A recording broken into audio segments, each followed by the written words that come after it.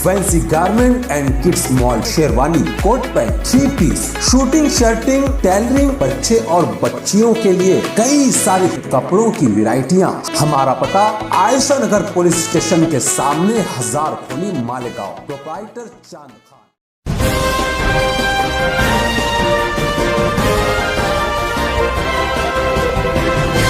मानव समाचार, मानवता के हक में। मानव समाचार में आपका इस्तकबाल है। मैं हूं अब्दुर्रहमान। आइए देखते हैं आज की खास खबर। आज तकरीबन 3:30 बजे 12 नवंबर पथराव मामले में पिछले 11 महीने से जेल की सख्तियां झेलने वाले 15 मुलजिमीन की रिहाई अमल में आ गई है। एक बार फिर से बता दें, 15 मुलजिमीन की रिहाई अमल में आ गई है। रिहा हो चुके हैं। आज सूबाई जनता दल सेकुलर ऑफिस से लग्जरी बस और कारों का एक काफिला नासिक के लिए रवाना हुआ था, जिनमें उन मुलजिमीन के रिश्तेदारान और कुछ चुनिंदा सहाफ़ी थे। ये सभी नासिक के लिए रवाना हुए थे। कागजी कार्रवाई होते होते दोपहर हो गई, थोड़ी ताख़ीर हो गई। मुलजिमीन के लवाहिकीन के चेहरों पर बेचैनी साफ महसूस की जा सकती थी। बिलाखिर सब्र आजमा वक्त जैसे तैसे कटा और 3:30 बजे गेट से इन मुलजिमीन की रिहाई शुरू हो गई। इनका बाहर आना शुरू हो गया।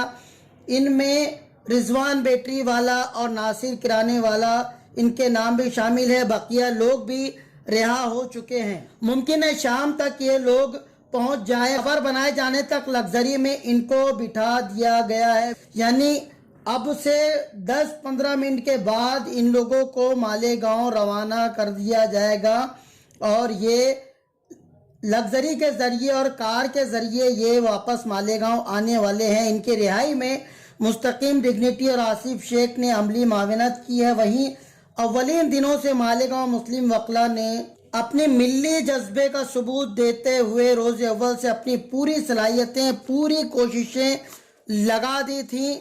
तमाम कानूनी मराहिल मुकम्मल करने में जहां कभी पैसों की ज़रूरत होती, तब जूनियर वकला अपनी इस्तिताअत के मुताबिक छोटे मोटे अखराजात खुद ही उठा लिया करते, अपनी जेब से दिया करते थे। इन वकला की खिदमात वजाहत कर दे बिला मावेजा थी, जिसकी इन्होंने कोई फीस नहीं ली थी। खालिस मिल्ली जज्बे के तहत ये लोग मुकदमे लड़ रहे थे। घरचे कई बार उनको यहाँ पर दिक्कतों का सामना करना पड़ा। कई बच्चों की यहाँ पर रिहाई नहीं हुई, कई बच्चों को यहाँ पर बेल नहीं मिली, जमानत नहीं मिली। तब जाकर उनको मुंबई हाई कोर्ट का दरवाज़ा खटखटाना पड़ा, जहाँ पर भारी भारी फीस थी। उस फीस की अदायगी में मुस्तकीम डिग्निटी और आसिफ शेख ने मरकजी किरदार अदा किया था। उनके इस किरदार को भुलाया नहीं जा सकता। वहीं इन पूरी मुस्लिम वकला की टीम ने अपनी पूरी ताकत झोंक दी थी। उन वकला में सीनियर वकील Azim Khan, advocate Atiq Wasif, Farooq Memon, Khalil Ansari, advocate Arif Shaikh, Jamal Nasir, advocate Tauseef Khan, Afzal Zahid, Tauqeer Rizvi, Altaf Syed, Faiz Wasif, advocate Abdullah, Riyaz वकील, जमील अंसारी, फ़हीम वकील, Imran Syed, advocate Khalid Yusuf, advocate Masood, advocate Irfan Shaikh, advocate Awais, Faiz वकील, आमीन मुस्तफ़ा, ऐसे कई नाम हैं जिन्होंने अपनी मावेनत की। बिला मावेजा इन वकला की खिदमात को भी फरामोश नहीं किया जा सकता। कहीं ना कहीं इस पूरी जंग में इन लोगों का भी एक बड़ा हाथ रहा। इन तमाम वकीलों को भी याद करना चाहिए। और आज ये जो कामयाबी 11 महीने के बाद मिली है, कल कुछ लोग छूटे, आज कुछ लोग छूट गए हैं। इक्का दुक्का लोग हैं, वो भी 1-2 दिन में छूट जाएंगे। उनको मकामी सतह पर ही जमानत दिलवा दी जाएगी, जिसके लिए एडवोकेट फारूक मेमन लगे हुए हैं। इन तमाम वकला की खिदमात को फरामोश नहीं किया जा सकता। इस पूरी जंग में इन तमाम वकला को ज़रूर याद करना चाहिए। कुछ ही घंटों में वो तमाम काफिला मालेगांव आ जाएगा। इस बारे में जो भी तफसीलात होगी वो आपको बता दी जाएगी।